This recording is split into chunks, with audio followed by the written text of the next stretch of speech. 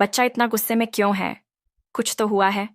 अब कहानी एकदम डरावनी मोड़ लेती है। बेडरूम में सामान बिखरा पड़ा है, कबर्ड खाली है, शायद लूट हुई है और लड़की के साथ रेप हुआ है। मैं सिहर उठता हूँ। मेरे हाथ किताब थामे कांपने लगते हैं। ये क्या हो रहा है?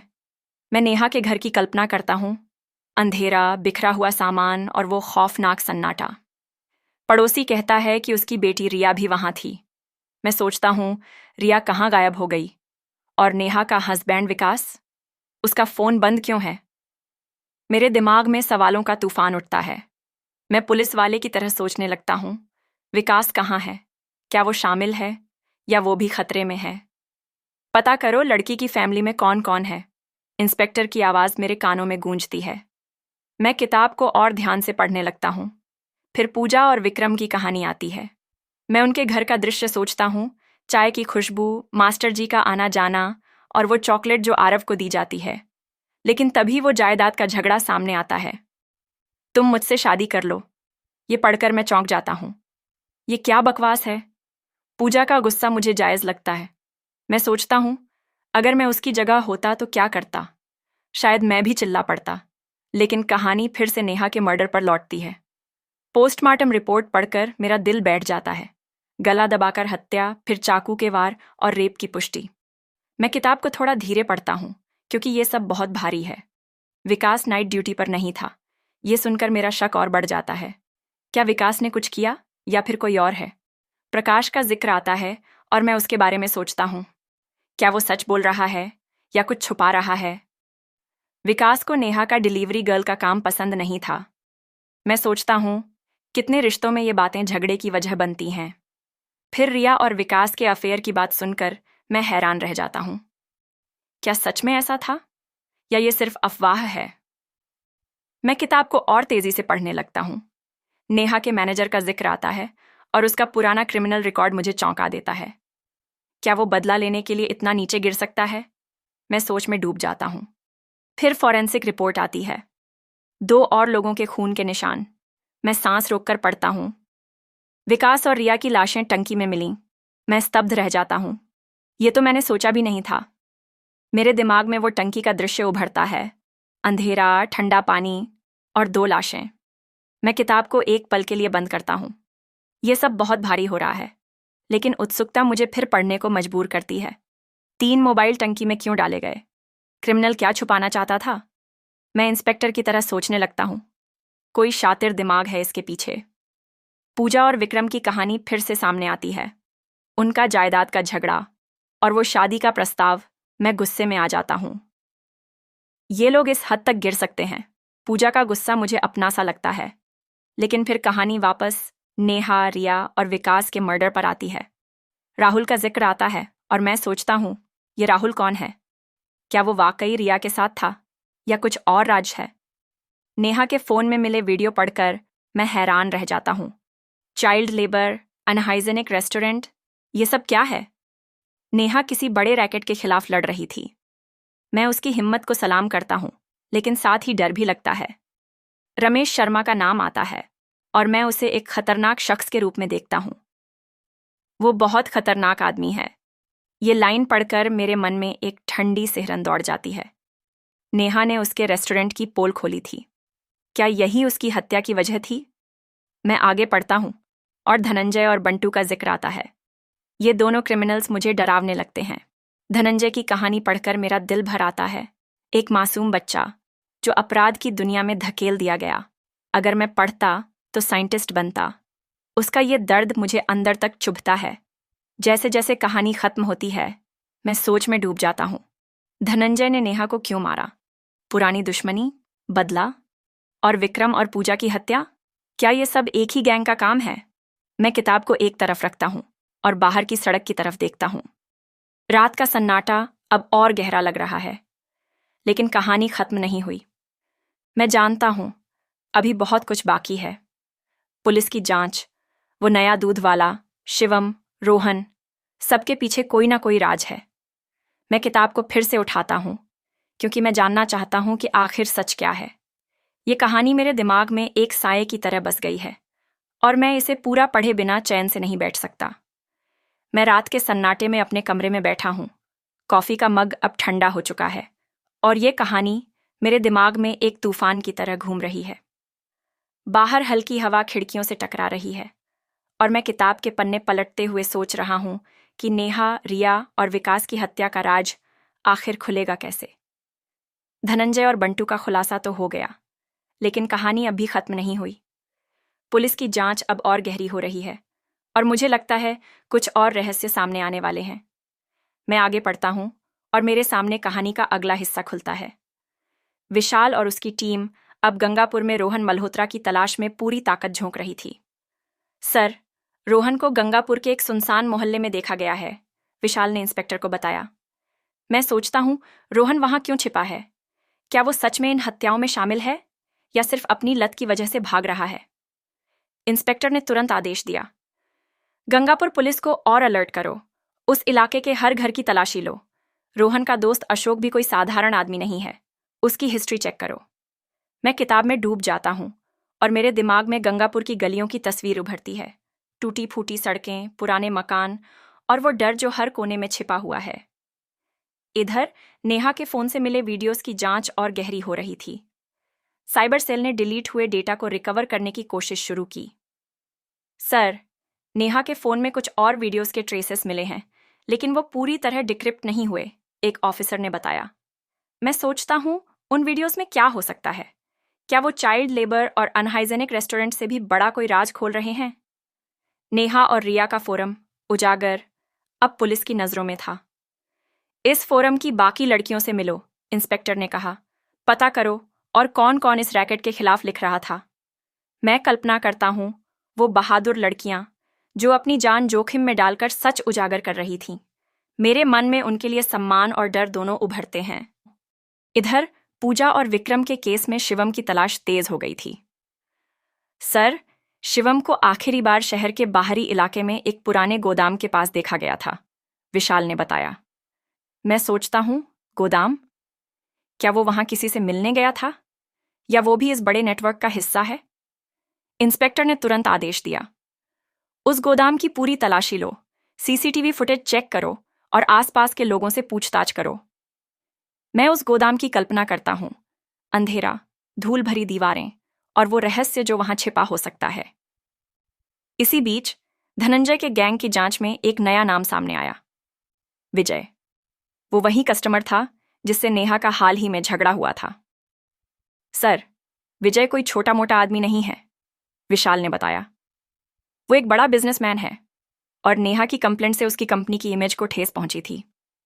मैं सोचता हूं, क्या विजय इतना नीचे गिर सकता है कि बदला लेने के लिए हत्या करवाए? इंस्पेक्टर ने कहा, विजय को तुरंत बुलाओ, उससे पूछताछ करो और उसके फाइनेंशियल रिकॉर्ड्स चेक करो। कहीं वो इस चाइल्ड लेबर और ड्रग्स रैकेट से जुड़ा तो नहीं? मैं किताब को और ध्यान से पढ़ता हूँ। विजय का नाम मेरे दिमाग में एक नई शंका पैदा करता है। राहुल की तलाश में भी एक नया सुराग मिला। सर, राहुल का फोन आखिरी बार हरिद्वार के एक सुनसान इलाके में ऑन था, साइबर सेल का ऑफिसर बोला, लेकिन उसके बाद वो फिर गायब हो गया। मैं सोचता हूँ, राहुल क्यों भाग रहा है? क्या वो डर गया था या वो भी इस रैकेट का हिस्सा है? इंस्पेक्टर ने आदेश दिया, राहुल के दोस्तों से फिर से पूछताछ करो और उस इलाके की हर गली छान मारो। मैं राहुल की जगह खुद को रखकर सोचता हूँ, अंधेरी गलियों में भागता हुआ, डर से कांपता हुआ। क्या वो सच में निर्दोष है? इधर रमेश शर्मा की जांच में एक चौंकाने वाला खुलासा हुआ। सर, रमेश का रेस्टोरेंट सिर्फ अनहाइजेनिक खाना ही नहीं बनाता था, विशाल ने बताया। वो चाइल्ड लेबर और ड्रग्स की तस्करी का अड्डा था। नेहा ने इसके खिलाफ सबूत जुटाए थे। मैं सिहर उठता हूँ। नेहा कितनी हिम्मत वाली थी जो इतने बड़े रैकेट के खिलाफ अकेले खड़ी थी। लेकिन तभी इंस्पेक्टर ने कहा, रमेश को अभी अरेस्ट करो और उसके रेस्टोरेंट के हर कर्मचारी से पूछताछ करो। मैं सोचता हूँ, क्या रमेश ही इस सब का मास्टरमाइंड है या कोई और बड़ा खिलाड़ी है? कहानी अब और पेचीदा हो रही थी। धनंजय और बंटू ने भले ही हत्याएं की थीं, लेकिन उनके पीछे कोई बड़ा नेटवर्क काम कर रहा था। सर, धनंजय का एक और साथी है जिसका नाम संजय है, विशाल ने बताया। वो एक पुराना हिस्ट्री शीटर है और उसका कनेक्शन ड्रग्स तस्करी से है। मैं किताब को और तेजी से पढ़ता हूँ। संजय कौन है? क्या वो इस पूरे रैकेट का सरगना है इंस्पेक्टर ने कहा। संजय की पूरी हिस्ट्री निकालो और उसके ठिकानों पर रेड डालो। मैं उस रेड की कल्पना करता हूँ। पुलिस की गाड़ियाँ, सायरन की आवाज़ और वो डर जो संजय के चेहरे पर होगा जब पुलिस उसे घेरेगी। पूजा और विक्रम के केस में भी एक नया मोड़ आया। सर, शिवम का फोन आखिरी बार उसी गोदाम के पास ऑन था, एक ऑफिसर ने बताया, और वहां के एक गवाह ने बताया कि शिवम किसी से पैसे के लेन देन की बात कर रहा था। मैं सोचता हूं, क्या शिवम प्रॉपर्टी डिस्प्यूट के अलावा किसी और गलत काम में शामिल था? इंस्पेक्टर ने आदेश दिया, उस गोदाम के आसपास के हर सीसीटीवी फुटेज को फिर से चेक करो और शिवम के बैंक अकाउंट्स की डिटेल्स निकालो। मैं किताब के पन्ने पलटते हुए सोचता हूं, ये सारे केस आपस में कैसे जुड़े हैं? क्या ये सब एक ही रैकेट का हिस्सा है? तभी एक और चौंकाने वाला खुलासा हुआ। नेहा के फोरम की एक और लड़की, माया, ने पुलिस को कांटेक्ट किया। सर, नेहा ने मुझे बताया था कि उसे एक बड़े नेता का नाम मिला है जो इस रैकेट को फंड करता है, माया ने डरते हुए कहा। मैं किताब को और सख्ती से पकड़ लेता हूं। एक नेता? ये तो केस को और खतरनाक बना रहा है। उस नेता का नाम क्या है? इंस्पेक्टर ने पूछा। माया ने धीरे से कहा, मैं सिर्फ इतना जानती हूं कि उसका नाम अजय सिंह है। नेहा ने कहा था कि वो इसके खिलाफ सबूत जुटा रही थी। मैं सांस रोककर पढ़ता हूं। अजय सिंह? क्या वो इस सब का मास्टरमाइंड है? इंस्पेक्टर ने तुरंत आदेश दिया, अजय सिंह की पूरी डिटेल निकालो, उसके कॉन्टैक्ट्स, मीटिंग्स और फाइनेंशियल रिकॉर्ड्स चेक करो, लेकिन ये सब गुप्त रखो। मैं किताब को एक पल के लिए रख देता हूं। मेरा दिमाग घूम रहा है। नेहा, रिया, विकास, पूजा, विक्रम, इन सब की जिंदगी एक बड़े अपराध के जाल में उलझी हुई थी। धनंजय, बंटू, रमेश, संजय और अब अजय सिंह, ये सारे नाम मेरे दिमाग में घूम रहे हैं। मैं बाहर की सड़क की तरफ देखता हूं। रात अब और गहरी हो गई है, लेकिन मेरे मन में एक बेचैनी है। मैं जानना चाहता हूं कि ये कहानी कहां जाएगी। पुलिस क्या इस रैकेट को तोड़ पाएगी? क्या शिवम और रोहन पकड़े जाएंगे? और अजय सिंह का राज क्या है? मैं किताब फिर से उठाता हूं, क्योंकि ये कहानी अब मेरी नींद उड़ा चुकी है। मैं इसे पूरा पढ़े बिना रुक नहीं सकता। मैं अपने कमरे में बैठा हूं। रात अब सुबह की ओर बढ़ रही है। कॉफी का मग खाली पड़ा है और मेरे सामने ये कहानी अब एक जुनून बन चुकी है। सड़क पर सन्नाटा है, सिर्फ दूर कहीं एक गाड़ी की आवाज आ रही है। मैं किताब के पन्ने पलटता हूं और मेरे दिमाग में नेहा, रिया, विकास, पूजा और विक्रम के चेहरे घूम रहे हैं। धनंजय और बंटू का खुलासा हो चुका है, लेकिन अजय सिंह का नाम सामने आने से यह केस अब और गहरा हो गया है। मैं सोचता हूं, क्या यह नेता वाकई इस पूरे रैकेट का मास्टरमाइंड है? मैं आगे पढ़ता हूं और कहानी का अगला हिस्सा मेरे सामने खुलता है। विशाल की टीम गंगापुर में रोहन मल्होत्रा की तलाश में दिन रात जुटी थी। सर, हमें रोहन के दोस्त अशोक के घर से कुछ सबूत मिले हैं, विशाल ने इंस्पेक्टर को बताया। उसके घर से ड्रग्स की छोटी छोटी पुड़िया और कुछ फर्जी आईडी कार्ड्स बरामद हुए हैं। मैं किताब को और सख्ती से पकड़ लेता हूं। ड्रग्स, फर्जी आईडी, ये तो साफ इशारा है कि रोहन किसी बड़े रैकेट का हिस्सा है। इंस्पेक्टर ने भौहें चढ़ाते हुए कहा, अशोक को तुरंत हिरासत में लो और रोहन का ठिकाना पता करो। वो अब ज्यादा दूर नहीं भाग सकता। मैं गंगापुर की उन तंग गलियों की कल्पना करता हूं जहां पुलिस की गाड़ियां दबे पांव पहुंच रही हैं। मेरे मन में एक सिहरन सी दौड़ती है, रोहन पकड़ा जाएगा या फिर वो फिर से गायब हो जाएगा। इधर नेहा के फोन से रिकवर हुए डेटा ने एक नया तूफान खड़ा कर दिया। साइबर सेल ने आखिरकार एक डिलीट वीडियो को रिकवर कर लिया। सर, इस वीडियो में नेहा किसी सुनसान गोदाम में है, साइबर ऑफिसर ने बताया। वो वहां कुछ बच्चों को छुपाने की कोशिश कर रही थी जो चाइल्ड लेबर के शिकार थे, और पीछे से एक आदमी की आवाज आ रही है जो उसे धमकी दे रहा है। मैं किताब को और ध्यान से पढ़ता हूं। मेरे दिमाग में वो गोदाम का दृश्य उभरता है, अंधेरा, बच्चों की डरी हुई सांसें और नेहा की हिम्मत। वो धमकी देने वाला कौन था? अजय सिंह, रमेश या कोई और? इंस्पेक्टर ने तुरंत आदेश दिया, उस गोदाम की लोकेशन ट्रेस करो और वीडियो में उस आदमी की आवाज की फॉरेंसिक एनालिसिस करो। मैं सोचता हूं, ये वीडियो इस केस को पूरी तरह बदल सकता है। पूजा और विक्रम के केस में शिवम की तलाश अब और तेज हो गई थी। सर, उस गोदाम के पास की सीसीटीवी फुटेज में शिवम दिखा है, एक ऑफिसर ने बताया। वो किसी से एक ब्रीफ केस ले रहा था और फिर वो वहां से गायब हो गया। मैं सिहर उठता हूँ। Brief case? क्या उसमें पैसे थे या ड्रग्स या शायद कोई और सबूत? इंस्पेक्टर ने गुस्से में कहा, शिवम के बैंक अकाउंट्स को फ्रीज करो और उसके कॉन्टैक्ट्स की लिस्ट निकालो। वो अकेले नहीं काम कर रहा। मैं किताब के पन्ने पलटते हुए सोचता हूँ, शिवम का इस रैकेट से क्या कनेक्शन है? क्या वो सिर्फ प्रॉपर्टी डिस्प्यूट की वजह से गायब है या कुछ और बड़ा राज है? इसी बीच विजय की पूछताछ में एक नया खुलासा हुआ। सर, विजय ने कबूल किया कि उसने नेहा को धमकी दी थी, विशाल ने बताया। वो नहीं चाहता था कि नेहा उसके रेस्टोरेंट के खिलाफ सोशल मीडिया पर कुछ पोस्ट करे, लेकिन वो कह रहा है कि उसने हत्या नहीं की। मैं सोचता हूँ, विजय सच बोल रहा है या फिर झूठ? इंस्पेक्टर ने ठंडी सांस लेते हुए कहा, विजय के फोन रिकॉर्ड्स चेक करो और उसके रेस्टोरेंट के कर्मचारियों से फिर से पूछताछ करो। कुछ तो छुपा रहा है वो। मैं विजय के चेहरे की कल्पना करता हूँ, एक चालाक बिजनेसमैन जो अपनी इमेज बचाने के लिए कुछ भी कर सकता है। राहुल की तलाश में एक और सुराग मिला। सर, हरिद्वार के उस सुनसान इलाके में राहुल को एक पुराने मकान में देखा गया था, एक ऑफिसर ने बताया। वो वहां किसी से मिलने गया था, लेकिन फिर गायब हो गया। मैं किताब को और तेजी से पढ़ता हूँ। राहुल क्यों बार बार गायब हो रहा है? क्या वो डर गया है या वो भी इस रैकेट का हिस्सा है? इंस्पेक्टर ने आदेश दिया, उस मकान पर रेड डालो और राहुल के दोस्तों से फिर से पूछताछ करो। वो कुछ न कुछ जानता है। मैं उस मकान की कल्पना करता हूँ, टूटी फूटी दीवारें, अंधेरा और वो रहस्य जो वहां छिपा है। संजय की तलाश में भी एक बड़ा ब्रेक थ्रू हुआ। सर, संजय को एक ड्रग्स तस्कर के साथ मुंबई में देखा गया है, विशाल ने बताया। वो एक बड़े डील की प्लानिंग कर रहा था। मैं सिहर उठता हूँ। मुंबई? ये रैकेट तो पूरे देश में फैला हुआ है। इंस्पेक्टर ने गुस्से में कहा, मुंबई पुलिस से कांटेक्ट करो, संजय को तुरंत पकड़ो और उसके डील के बारे में हर डिटेल निकालो। मैं किताब के पन्ने पलटते हुए सोचता हूँ, संजय अगर पकड़ा गया तो शायद इस रैकेट का पूरा जाल सामने आ जाए। तभी अजय सिंह का नाम फिर से सामने आया।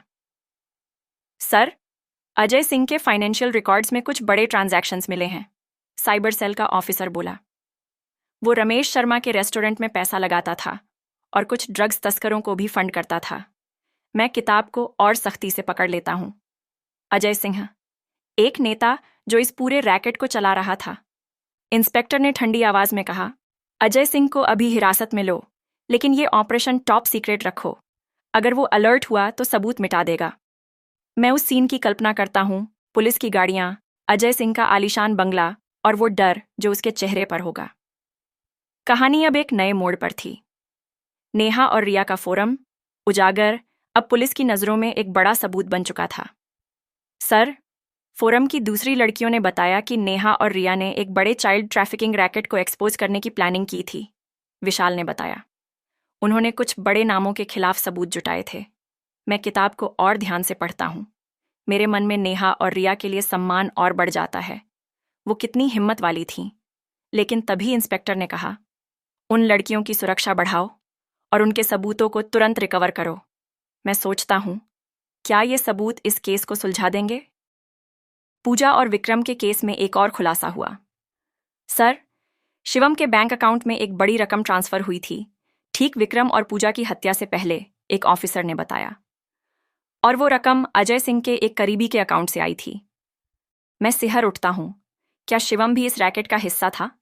इंस्पेक्टर ने आदेश दिया, शिवम को अब हर हाल में पकड़ो और अजय सिंह के उस करीबी से पूछताछ करो। मैं किताब के पन्ने पलटते हुए सोचता हूँ, ये सारे केस एक दूसरे से जुड़े हुए हैं। नेहा, रिया, विकास, पूजा, विक्रम, सबकी हत्याएं एक बड़े नेटवर्क का हिस्सा हैं। मैं किताब को एक पल के लिए रख देता हूँ। मेरा दिमाग गूंज रहा है। बाहर सुबह की पहली किरण दिख रही है, लेकिन मेरे मन में अभी भी अंधेरा है। अजय सिंह, संजय, रमेश, शिवम, रोहन, ये सारे किरदार मेरे दिमाग में एक जाल की तरह उलझे हुए हैं। मैं सोचता हूँ, क्या पुलिस इस रैकेट को तोड़ पाएगी?